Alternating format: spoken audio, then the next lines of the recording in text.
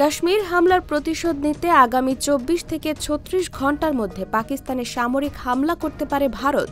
গোয়েন্দা তথ্যের বরাত দিয়ে সোমবার এই তথ্য জানিয়েছেন পাকিস্তানের কেন্দ্রীয় সরকারের তথ্যমন্ত্রী আতাউল্লাহ তারার।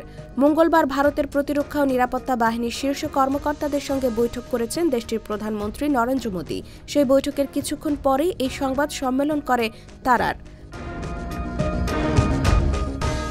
সোমবার রাজধানী ইসলামাবাদে মন্ত্রণালয়ের দপ্তরে আয়োজিত এক সংবাদ সম্মেলনে তথ্যমন্ত্রী বলেন, নির্ভরযোগ্য গোয়েন্দা সূত্রে আমরা জানতে পেরেছি যে পেহেলগাম ঘটনার জন্য পাকিস্তানকে দায়ী করে যে ভিত্তিহীন ও বানোয়াট অভিযোগ ভারত এনেছে তার জের ধরে আগামী ২৪ থেকে ৩৬ ঘণ্টার মধ্যে পাকিস্তানের বিরুদ্ধে সামরিক পদক্ষেপ নিতে পারে দেশটি।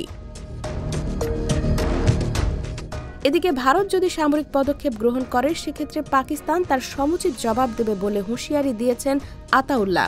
পাশাপাশি আন্তর্জাতিক সম্প্রদায়কে সজাগ থাকার আহ্বান জানিয়ে সংবাদ সম্মেলনে তিনি বলেন, আমরা প্রত্যাশা করছি যে আন্তর্জাতিক সম্প্রদায় এই ইস্যুতে সজাগ থাকবে এবং যে কোনো উত্তেজনা বা হঠকারিতা এবং এর ফলে সৃষ্ট পরিণতির দায় ভারতের ওপর বর্তাবে। মূলত গেল ২২ এপ্রিল বিকেলে ভারতের কাশ্মীর রাজ্যের পেহেলগাম জেলায় স্বয়ংক্রিয় রাইফেল নিয়ে হামলাকারীরা অন্তত ২৬ পর্যটককে গুলি করে হত্যা করেছে।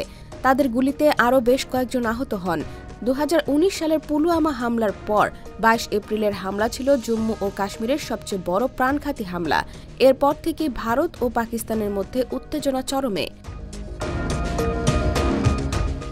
IBTV USA, new York.